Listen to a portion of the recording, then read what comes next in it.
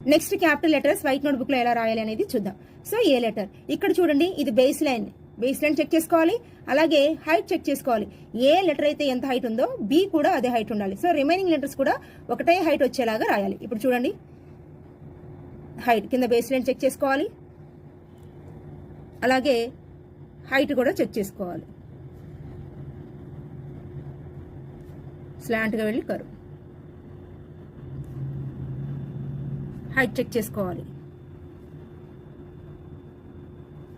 Base line check చేసుకోవాలి. Height check చేసుకోవాలి.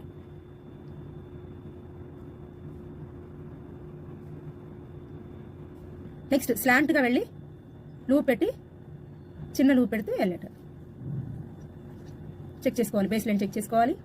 అలాగే ఓవెల్ షేప్ వచ్చేలాగా రాయాలి. బేస్ లైన్ చెక్ చేసుకోవాలి. హైట్ కూడా చెక్ చేసుకోవాలి.